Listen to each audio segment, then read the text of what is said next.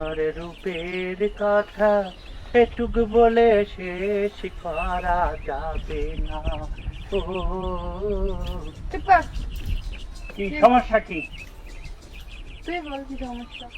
ওই যে কি বলবা বলছিলে? তোর বাঁকা নাম চলবে না। কেন বাক্কা নামে সমস্যা কি?